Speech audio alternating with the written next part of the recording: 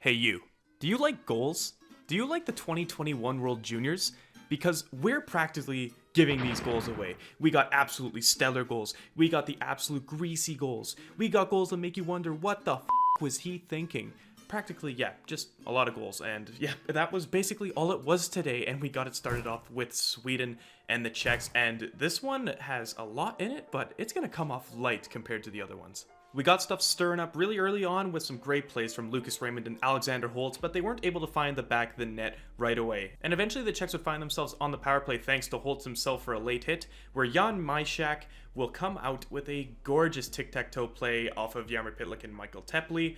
And wow, yeah, this was making it look like this is going to be a good game. This is going to be a close one. But shortly after, more like 30 seconds after, Canucks 7th round pick Arvid Cosmore would finish a beautiful play off of a pass from Victor Soderstrom. Just a nasty tip.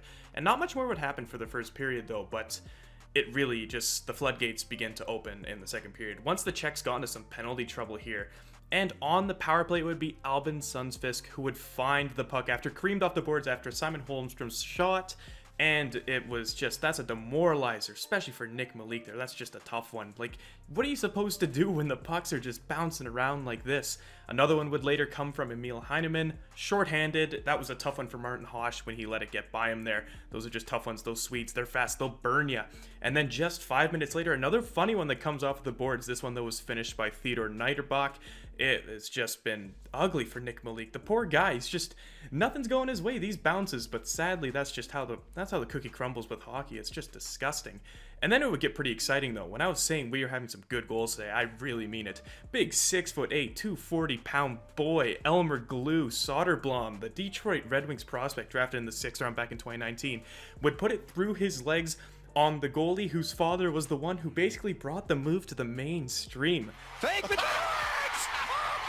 Oh, Malik went between his legs! Fun fact for that, I don't know, is that considered situational irony? Maybe, I have no idea. Later on, it would be 6-1 after Tobias Bjornfot would just feed Oscar Bjoselius in the slot, and then another penalty for the Czechs put the Swedes on the power play, and Noel Gunler would just show off that wrister that everyone's been raving about for the last 2 years. Bardingo, top left, ooh, just a lovely one to make it 7-1. Great game from the Swedes, but sadly the Czechs became pretty stagnant in the third period there. They're really just getting exploited with those greasy bounces off the glass. It's just, it's heartbreaking for them.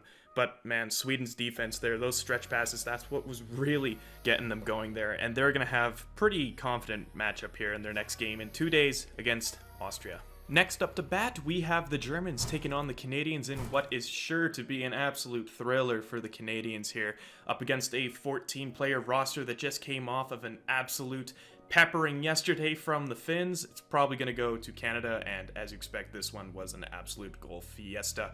Caden Gooley would open it up pretty much 2 minutes in there with a nice little shot that sneaks under Typhonse's arm, and then Dawson Mercer, this is just the one where it's like, oh no, Typhonse bobbles it behind his net, and Dawson Mercer makes no mistake with the wraparound, just a difficult one to swallow. But then we'd get into some problems here, not with goals though. Braden Schneider, look at this one here. This was, you don't do this. You don't do this to a short team, like a short-manned roster.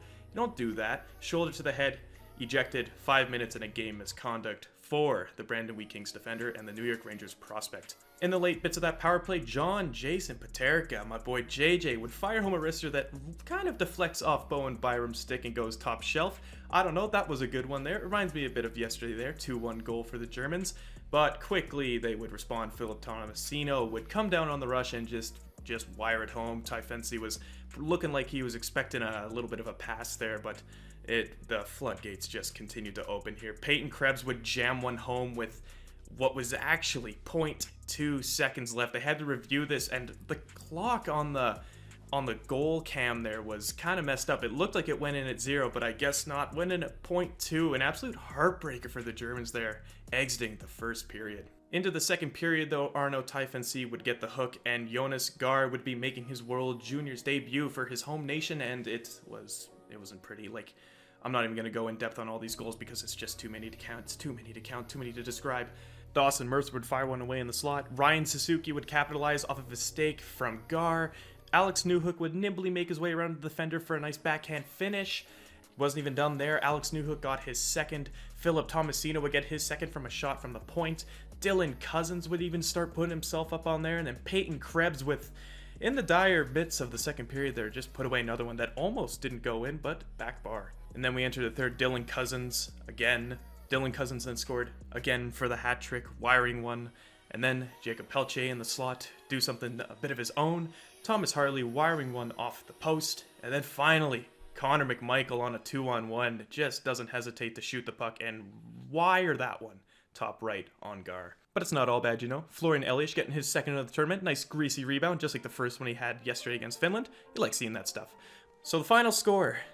Any guesses? Any guesses? I don't know. Let's just say 16-2 for Canada.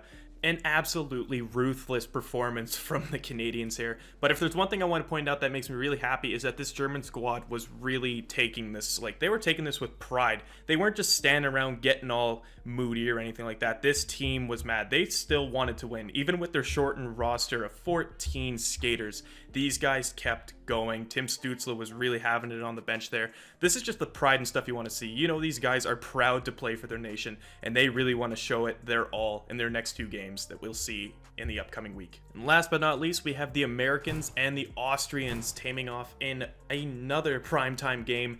I'm just going to say this, Sebastian Ronashitz, I liked him in the exhibition game versus Switzerland. He did a great job there. And early on in this first period, he wasn't letting the Americans have anything. He was absolutely lights out. He wasn't letting the Americans have any of it there. The Americans were just completely tilted in the Austrian zone. And the only one that got by him was one that really shouldn't have.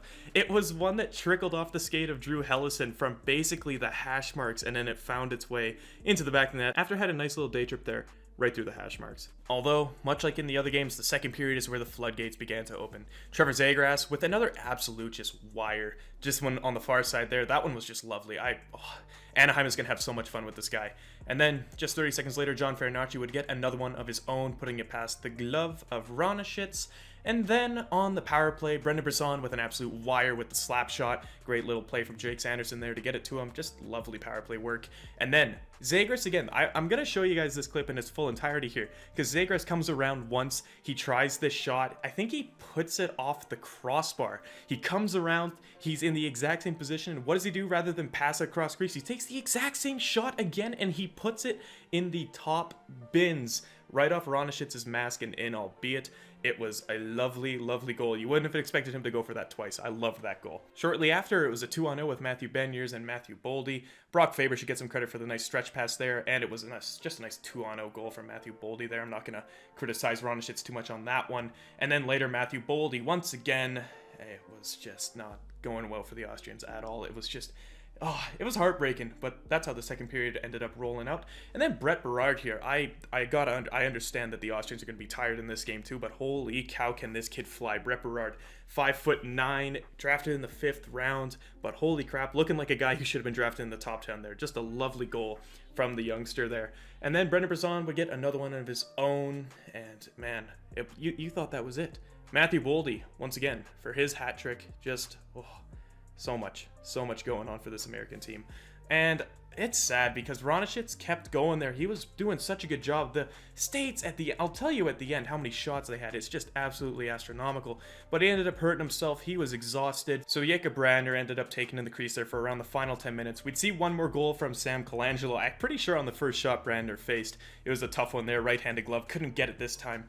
But then this game just ended funny here. Philip Wimmer, the defenseman number 4, he takes a very dirty run at Patrick Moynihan. Head down. You don't do that. I know you guys are down. You're frustrated, but holy cow, you don't do any of that. I really hope that the IIHF is going to look at that a bit more. I guarantee you they are. They're going to be looking at that right away. They may have even made their decision by now. I personally don't think he should be back in the tournament. That's the stuff that we're trying to keep out of the IIHF, keep out of the World Juniors. This is not a tournament to show off your anger, your frustration. It's not for that. No one wants to see that here. We're here to see the talent and skills of the youngest players on the planet. Simply just not there. I can't respect Philip Wimmer for any of that. That's tough. The game would ultimately end 11-0. The poor Austrians were not able to get much on target. And yeah, you guys want to take a guess on the shots? 73 for the States, 10 for the Austrians. It was It was rough. It was a rough one, but yeah, for the United States, if that's not a confidence booster going in for the rest of your games in this group, I don't know what is. Anyways, it's that time of the night again. We got our top players, and I'm pretty sure the first one, another goaltender, Sebastian Ranashits. Like, holy cow. 58 saves in that time frame where he was up there, and then, you know, it's so sad that he got taken out by that injury there. I hope he's okay. I'd like to see him play more if it means he's not going to be having to face another 70 shots, but holy cow. Early on in that game, too, just absolutely stellar. Then second up, we got Dylan Cousins. He had 6 points in that game, if you didn't know. 3 goals, 3 assists, just an absolute point machine. And then third, Trevor Zegras, 2 goals, 1 assist, but holy cow, was he ever electric in this game. The assist he had, the 2 goals he had, everything. This guy's going to have fun when he makes it to the NHL, and the Anaheim Ducks fans are just going to be so excited to see this guy actually flourish at the professional level. Well, that's all the goals I have for you guys today. I think I counted 37 in the end. Holy cow. I don't know if we're going to see that many tomorrow, but there's definitely an opportunity to maybe see another double-digit matchup. Well, I don't know. But I'll be here tomorrow to review it all with you guys, and I hope you guys had a good day, and I'll see you guys tomorrow. Have a good one.